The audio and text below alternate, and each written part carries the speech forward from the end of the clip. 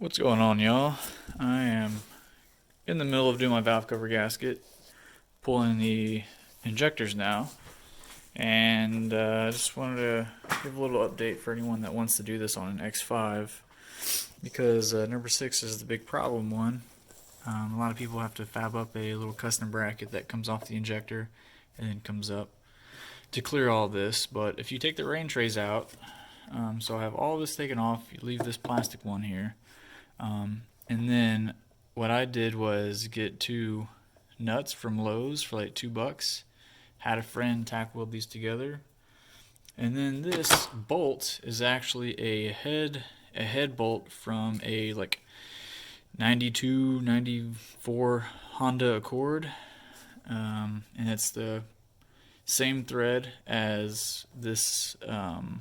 This is the famous $20 Amazon slide hammer that everybody uses, which threads for all this are it's 12 by 1.5. So I just grabbed a F22 is the engine, F22 head bolt. Had a friend tack weld this. If you don't have this, you can just do a search on Google for 12 by 1.5 coupler, and the company that it pulls up, it's like JTC Hardware or something like that. They have couplers, and then they also have bolts in case you don't have access to, a junkyard that you can snag one of these out of. This bolt is 180 millimeters long from end to end. So when you do this, you don't need to make a custom bracket just in case no one has access to a welder. Just type in the coupler, get that part, and then I'm pretty sure they also have bolts that will work in this situation.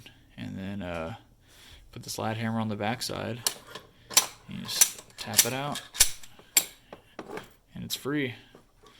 No need to make a custom bracket. It's really helpful for those that don't have a welder or a friend that is able to weld a bracket for them to make some custom stuff.